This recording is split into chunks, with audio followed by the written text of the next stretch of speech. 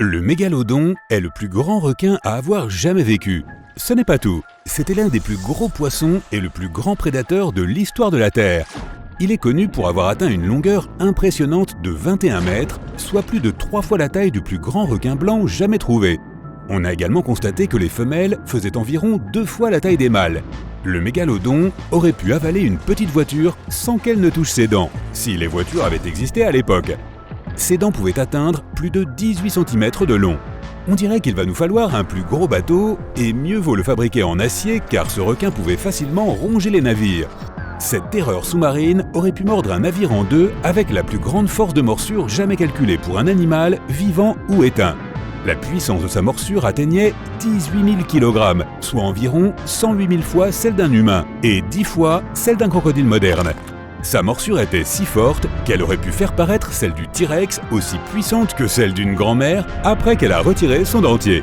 En fait, le meg était si grand et puissant qu'il n'avait aucun prédateur naturel. Il était le roi des mers, bien qu'il n'ait pas de couronne, et il nageait librement d'un océan à l'autre. Cette créature cosmopolite se trouvait dans le monde entier, de l'Amérique à l'Europe, en passant par l'Australie et le Japon. En supposant qu'il y avait des pays à l'époque. Des fossiles du meg ont été trouvés sur tous les continents, sauf en Antarctique. La science nous dit que le mégalodon s'est éteint il y a plus de 3,6 millions d'années. Mais pourrait-il être encore vivant dans les plus grandes profondeurs de l'océan ? Seulement environ 80% de l'océan a été exploré et son point le plus profond, la fosse des Mariannes, se trouve à plus de 11 km de profondeur. Alors qui sait ce qui se cache au fond ?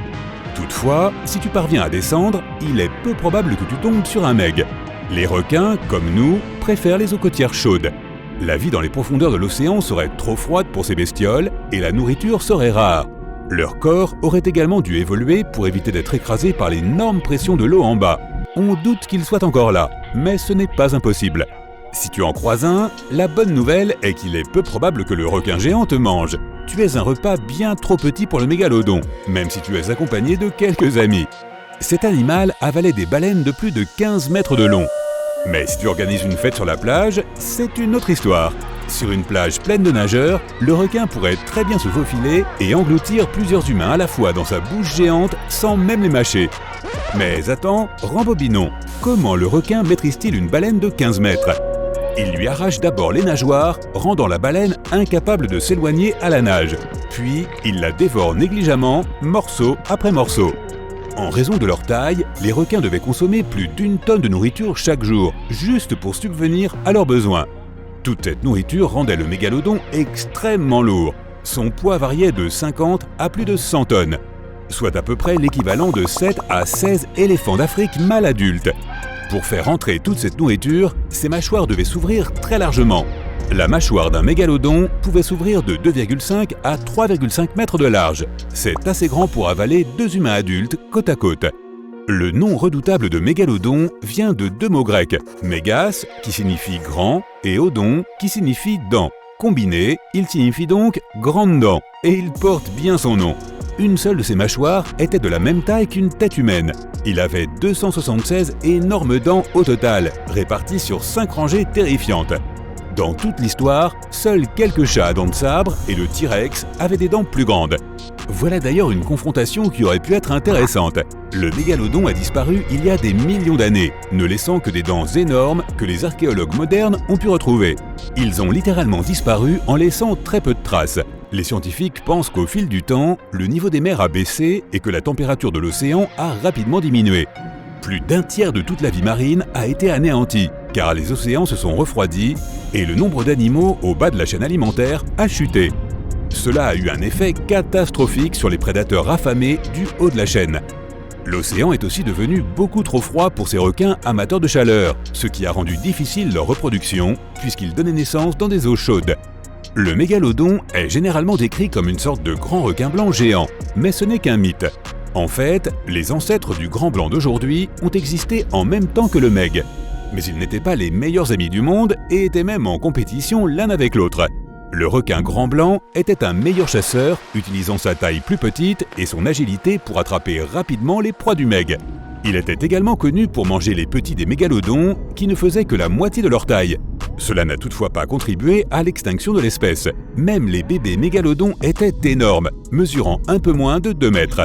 Si un grand blanc n'était pas de taille à affronter un meg adulte dans un combat frontal, il n'avait pas peur de lui voler sa nourriture. Il ne restait plus que les plus gros poissons et les baleines pour le meg, mais ses réserves de nourriture ont commencé à s'épuiser lorsque les baleines ont nagé vers les nouvelles mers plus fraîches. Les baleines se sont adaptées aux températures plus froides, laissant notre ami le meg affamé. Les mégalodons sont morts de faim et de froid jusqu'à l'extinction de l'ère glaciaire. Plutôt qu'un grand blanc, le mégalodon ressemble davantage à un requin-taureau moderne. Il avait un museau court, une mâchoire inférieure plate et d'énormes nageoires pectorales pour supporter son poids et sa taille imposant. Aussi effrayants qu'ils soient, ces requins étaient en fait des parents attentionnés. Plusieurs zones de nurserie de mégalodons ont été découvertes en Floride, dans le Maryland et au Panama. Ils donnaient naissance à leurs petits dans des environnements d'eau peu profondes. Nous le savons grâce à la découverte de tas de petites dents de mégalodons trouvées dans ces zones. Mais comment se fait-il qu'il y ait autant de dents de mégalodons à analyser ? En raison de leurs habitudes alimentaires désordonnées et agressives, les requins perdaient régulièrement leurs dents. Ils perdent une série de dents toutes les 1 à 2 semaines. Cela fait 40 000 dents dans une vie. Et ils doivent récolter une petite fortune auprès de la petite souris. À cause de cela, leurs dents tombent continuellement au fond de l'océan. Heureusement pour nous, elles sont aussi la partie la plus dure du squelette d'un requin. C'est pourquoi tant de dents ont survécu et se sont fossilisées. Et on peut dire que les premières découvertes des dents de mégalodons ont déconcerté les gens. Les premiers qui les ont découverts pensaient que ces dents étaient des langues pétrifiées d'anciennes créatures serpentines. Ils les appelaient même « pierres de langue ». C'est aussi un mythe courant que le mégalodon a vécu en même temps que les dinosaures, même si cela aurait été épatant. Les dinosaures se sont éteints il y a environ 66 millions d'années, tandis que les mégalodons sont arrivés bien plus tard. Le plus vieux fossile de mégalodon n'a que 23 millions d'années environ, mais il est difficile de déterminer la date exacte. Après tout, les calendriers n'avaient pas encore été inventés. Ils se sont éteints bien avant que les humains n'apparaissent.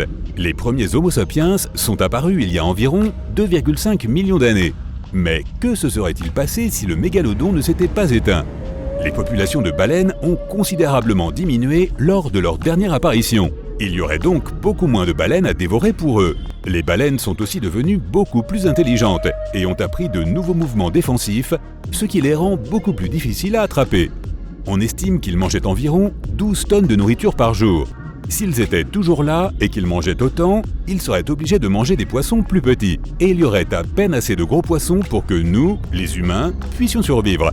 Les vilains mégalodons seraient également capables de suivre les bateaux de pêche et de voler les poissons durement pêchés.